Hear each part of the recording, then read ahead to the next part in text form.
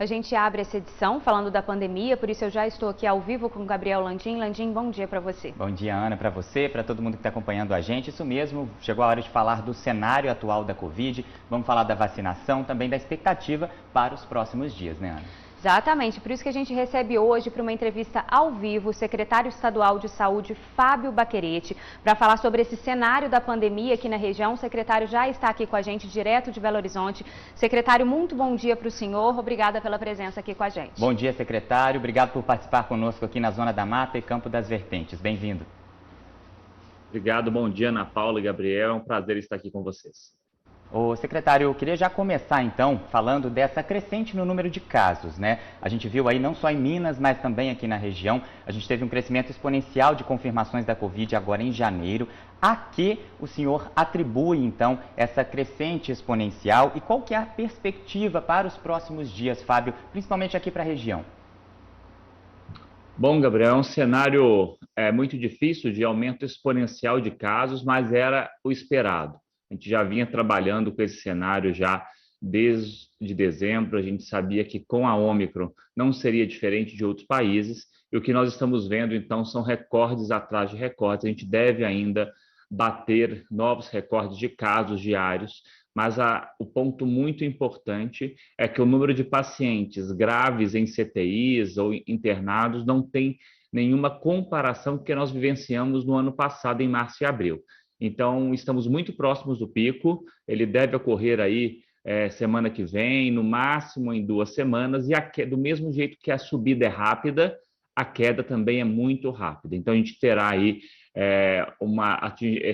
atingindo o pico, a gente já desce rapidamente, e o nosso sistema de saúde está muito robusto, né? A gente já tem mais de 2.100 leitos abertos ainda no estado de CTI, com uma ocupação ainda próxima de 30%, e um serviço que consegue, então, abrir leitos caso seja necessário. Então, iremos subir ainda um pouquinho, mas desceremos muito rapidamente esse número de casos. São muito relacionados também às festas de final de ano, ao relaxamento dos cuidados e especialmente a variante Ômicron, mas a vacina vem se mostrando aí muito eficaz para casos graves. O senhor falou aí, secretário, desse aumento, desse pico que a gente deve viver ainda mais para frente aqui em Minas, em torno da semana que vem. Falou da ocupação de leitos, a gente está vendo aí os leitos dobrando. Aqui em Juiz de Fora, por exemplo, nessas últimas 2 semanas, a ocupação subiu bastante. O senhor falou que o estado está preparado, a gente chegou a reduzir esse número de leitos aqui no estado, desmobilização. E se precisar, temos essa condição hoje em Minas, secretário? Temos sim, temos muitos leitos ainda abertos, a gente não está precisando levar pacientes de uma região para outra distante, como tivemos que fazer isso ano passado. Juiz de Fora consegue também ampliar esses leitos caso seja necessário, então estamos controlando a pandemia, mas certamente esse pico está chegando, a vacina é eficaz, e nós temos aí, em relação ao público-alvo, aqueles acima de 12 anos, mais de 86%, quase 87% desse público já com 2 doses, e quando pensa em reforço, mais de 23% também tomou reforço, então a vacina faz toda a diferença. Secretário, vamos falar sobre testagem agora. Aqui na região, a cidade de Viçosa teve um crescimento exponencial no número de casos de Covid. Chegaram a registrar aí num único dia, num único boletim, Viçosa teve cerca de 400 casos, sendo que outras cidades aqui da região chegavam a registrar 100, 150 por dia. O município disse que aumentou muito, secretário, o número de testagens, comprou muitos testes, estavam testando nas UBSs, até pessoas que nem tinham sintomas. Mas a pergunta é, outras cidades não tem, talvez, essa mesma testagem robusta. Em Juiz de Fora, por exemplo, uma cidade de quase 600 mil habitantes, para a gente comparar, além dos hospitais, essas testagens em Juiz de Fora são feitas apenas em 3 UBSs. Então, a reclamação de quem nos assiste, muitas vezes, inclusive, é a seguinte: eu não tenho onde testar, só sou testado quando eu tenho um caso grave, né? Ou se eu pago numa rede particular. Como é que fica essa situação, então, das testagens? Como fazer nessa situação, secretário? Nós distribuímos cerca de 1 milhão de testes recentemente. Semana que vem iremos distribuir mais 1,5 milhão de testes para o estado. E a nossa sugestão é exatamente essa, Gabriel, que as testagens saiam dos postos de saúde, das UPAs, dos hospitais, para que as pessoas com sintomas não precisam encher os pronto-atendimentos. Então, temos muitos testes distribuídos, mais de 1 milhão de testes para todos os 853 municípios, e ainda receberemos essa semana mais testes e iremos distribuir cerca de 1,5 milhão de testes para esse momento de grande pico. Então, a nossa sugestão aos municípios, orientação aos municípios, é que a gente faça as testagens extramuro, não fique sempre em postos de saúde, UPAs, e esse teste fique mais acessível à população. O teste é muito importante para a gente saber o tamanho da pandemia.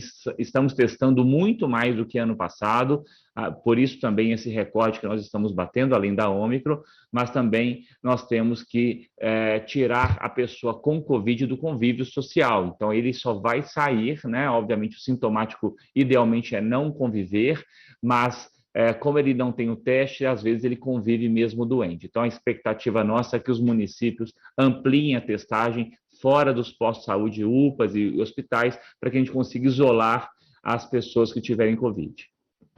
Secretária, a gente volta a falar agora da vacinação. A gente sabe que os mineiros estão procurando as doses, temos índices bons aqui no estado. Começamos agora a vacinar as crianças esse mês. Mas em que cidades, algumas cidades aqui da região, por exemplo, como Cataguases e Leopoldina, a vacinação chegou a parar entre uma entrega de uma remessa e outra por falta de doses. A gente vai ter doses para todas essas crianças, incluindo segundas doses nesse primeiro momento. A gente queria falar também dessa liberação da Coronavac para as crianças. Minas Gerais pretende usar essa vacina? Bom, o cenário de vacinação mudou muito. No começo era mais escasso, existiam os grupos prioritários. Hoje as doses da Pfizer para reforço estão sobrando no estado. Então não há mais motivo de vacinação ser lenta em relação a esse grupo. Nós temos uma expectativa, olhando o vacinômetro, de cerca de 3 milhões de pessoas que ainda não tomaram reforço e já tem 4 meses que tomou a segunda dose. Então, os municípios têm que fazer buscas ativas dessas pessoas, porque a vacina está sobrando. A vacina de criança, começamos agora, o estado de Minas não exige nenhum tipo de documento, ou receituário, ou qualquer outro documento. A vacina é como uma vacina comum, normal, e as crianças devem vacinar, ela é segura. Então, ainda não temos o quantitativo para cobrir toda a população de 5 a 11 anos, mas já distribuímos mais de 200 mil doses de vacinas para criança, e agora, com a autorização da Coronavac, estamos aguardando a publicação da Anvisa e do Ministério da Saúde, incluindo no PNO, né, que é o Programa Nacional de Operacionalização, que faz parte junto com o PNI, para que a gente já comece a vacinar as crianças com a Coronavac. Então, temos expectativa de acelerar essa vacinação, isso é muito importante, porque a gente pega esse grupo ainda vulnerável por não ter vacinas, por não ter vacinação, que foi incluído há pouco tempo, que a gente vê crescendo proporcionalmente internação de crianças de 5 a 11 anos, por ser o único grupo ainda não vacinado ainda. Obviamente, abaixo de 5 anos não será vacinado, mas é um grupo importante da gente conseguir acelerar essa vacinação. Então, assim que tiver incluído no Programa Nacional de Operacionalização, a distribuição ocorre de forma imediata da Coronavac. Os municípios também devem ter essas doses também paradas desde a época de vacinação de adulto. Secretário, rapidamente, vamos falar também sobre a educação. Estamos próximos aí do retorno às aulas. O protocolo que já existe no estado é de retorno 100% presencial e até sem distanciamento entre as carteiras nas salas de aulas. Esse é o protocolo que ainda está previsto para fevereiro? Isso mesmo, não podemos de forma alguma condicionar qualquer momento como vacinação ao retorno às aulas. Já se sabe o quanto que as aulas são importantes e quanto que a falta delas fazem mal para o desenvolvimento das crianças. Vamos lembrar que as escolas são ambientes controlados, o professor está de máscara, alunos de máscara, muito diferente do que se vive fora da escola muitas vezes. Então, falar que a criança está mais protegida fora da escola, isso não é uma verdade. A criança não está isolada dentro de casa, usando máscara, sem conviver com as pessoas. Então, a escola é um ambiente controlado, com os protocolos muito bem estabelecidos. Crianças acima de 12 anos já estão vacinadas com 2 doses. Crianças abaixo de 12 anos estão vacinando já. E iremos, até as aulas começarem, a vacinar mais crianças com pelo menos a primeira dose. Então, nós precisamos sim voltar com as aulas de qualquer forma, que faz uma diferença enorme no desenvolvimento da criança.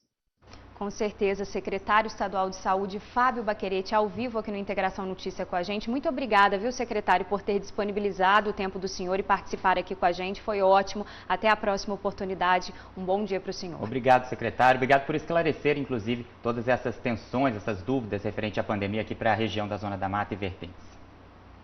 Eu que agradeço, Ana Paula e Gabriel. Bom final de semana a todos. Secretário ao vivo aqui com a gente, Landinho. Com a